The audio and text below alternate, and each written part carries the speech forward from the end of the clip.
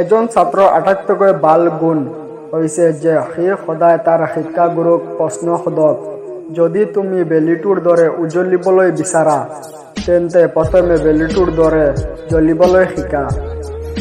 নতুন প্ৰজন্মৰ বাবে মোৰ এটা বাৰ্তা, সদায় কিছু পৃথককৈ চিন্তা কৰা, কিবা নতুন সৃষ্টি কৰিবলৈ চেষ্টা কৰা, নিজৰ ৰাস্তা নিজেই নিৰ্মাণ কৰা আৰু অসম্ভৱক পাবলৈ চেষ্টা কৰা।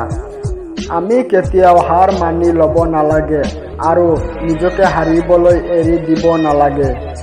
মানুহ কঠিনতাৰ খুবেই প্ৰয়োজন, তেতিয়াহে সফলতাৰ প্ৰাকৃতিক আনন্দ উপভোগ কৰিব পাৰিব। সৰু লক্ষ্য এটা অপৰাধ, গতিকে লক্ষ্য সদায় মহান হোৱা উচিত।